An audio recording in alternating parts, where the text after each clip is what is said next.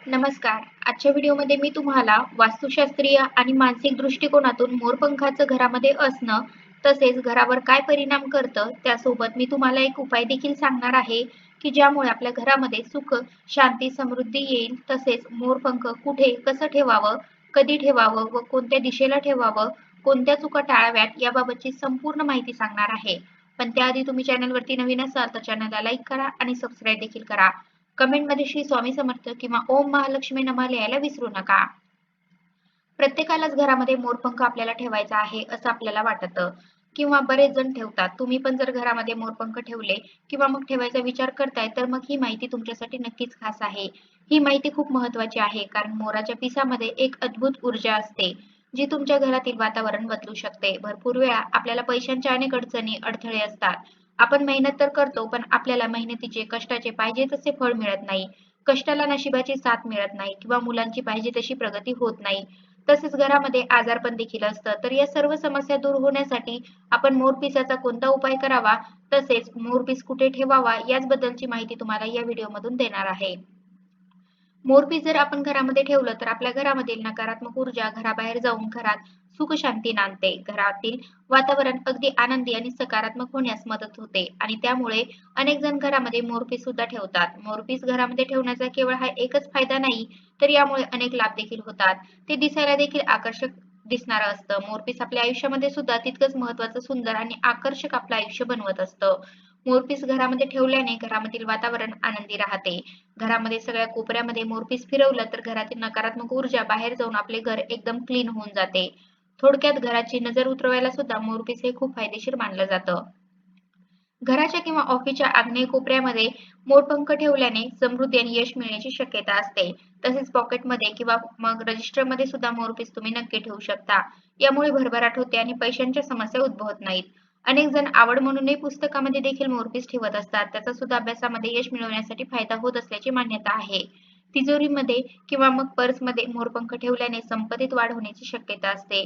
वास्तुशास्त्रानुसार घरामध्ये जर मोरपीस योग्य ठिकाणी ठेवलं तर आपला आर्थिक लाभ होऊ शकतो. पण आर्थिक फायदा होण्यासाठी नेमकं मोरपीस कुठे ठेवायचा हा प्रश्न आपल्या सगळ्यांनाच पडत असतो.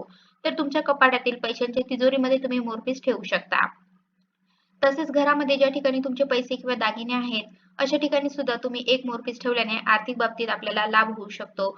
राहू दोष असणाऱ्या लोकांना त्यांच्या जीवनात अनेक ठिकाणी कठीण समस्यांना सामोरं जावं लागू शकतं. त्यामुळे राहूच्या कृपेसाठी अनेक जण बरेचसे उपाय करत असतात. तुमच्या कुंडलीत देखील राहू दोष असेल तर राहू दोष निवारण्यासाठी तुम्ही देखील मोरपीस वापरायला हवं.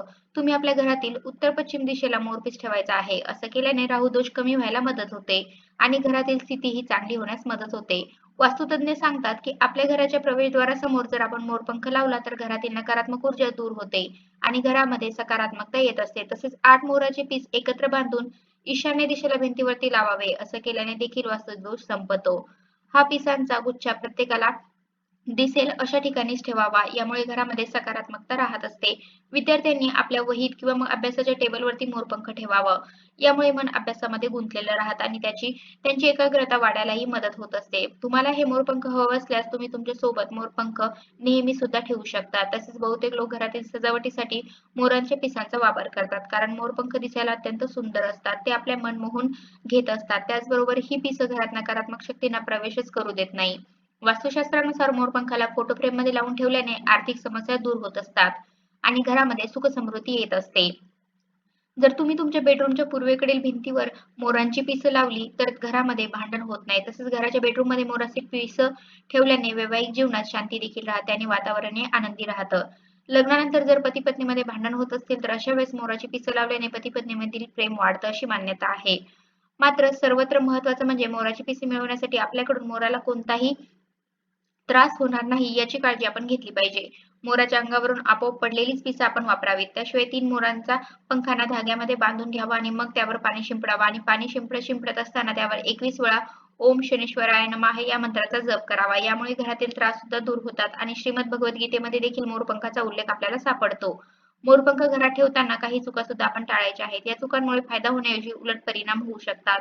पहिलं म्हणजे भिजलेला किंवा मग सडलेला मोरपंख घरामध्ये ठेवू नये. मोरपंख जमिनीवर किंवा बाथरूममध्ये शेजारी ठेवणं टाळावं. मोरपंखाला फ्रेममध्ये ठेवताना त्यात गूढ चित्र किंवा मग वाईट रंग असलेले डिझाईन ठेवा नसावे. आणि शेवटचे म्हणजे मोरपंखावर कधीही धूळ बसू देऊ नये. दर आठवड्याला हलक्या जलाने त्याची स्वच्छता करावी. आता आपण तो एक खास उपाय सुद्धा जाणून घेऊया, जो घरामध्ये नातेसंबंध सुधारण्यासाठी आणि नकारात्मक ऊर्जा दूर करण्यासाठी फायदेशीर ठरतो. एका शुक्रवारी रात्री 9 नंतर 5 मोरपंख एका लाल कपड्यामध्ये गुंडाळावे.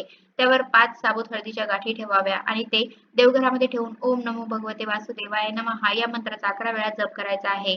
पुढचे 21 दिवस त्याला हलवू नये. ही क्रिया घरामध्ये आर्थिक स्थिती सुधारण्यासाठी तसेच मानसिक शांती आणि संतुलन निर्माण करत असते. तसेच हा उपाय, ही सेवा करून झाल्यानंतर आपली जी काही इच्छा आहे, मनोकामना आहे, तर ती तुम्ही भगवान विष्णू व माता लक्ष्मीला सांगायची आहे. मग कठीणातली कठीण कोणती इच्छा असो, घरामध्ये पैसा आहे पण तो पैसा स्थिर राहत नाही किंवा खूप कष्ट करतो, कष्टाचे फळ मिळत नाही, मुलांची प्रगती होत नाही. जे काही आहे ते मनापासून आणि श्रद्धेने सांगावे. बघा, तुमची कितीही कठीणातली कठीण इच्छा असो, तर ती देखील नक्कीच पूर्ण होईल. फक्त सुतक असेल किंवा मासिक धर्म असेल तर या काळामध्ये आपल्याला हा उपाय करता येणार नाही. तर अशा प्रकारे आजच्या व्हिडिओमध्ये मी तुम्हाला वास्तुशास्त्रीय आणि मानसिक दृष्टिकोनातून मोरपंखाचं घरामध्ये असणं, तसेच घरावर काय परिणाम करतं, त्यासोबत मी तुम्हाला एक उपाय देखील सांगितला आहे, की ज्यामुळे आपल्या घरामध्ये सुख, शांती, समृद्धी येईल. तसेच मोरपंख कुठे ठेवावं, कसं ठेवावं, कधी ठेवावं, कोणत्या दिशेला ठेवावं, कोणत्या चुका टाळाव्यात, याबाबतची संपूर्ण माहिती सांगण्याचा प्रयत्न केला आहे. कसा वाटला तुम्हाला माझा आजचा व्हिडिओ? कमेंट करून नक्की सांगा. धन्यवाद.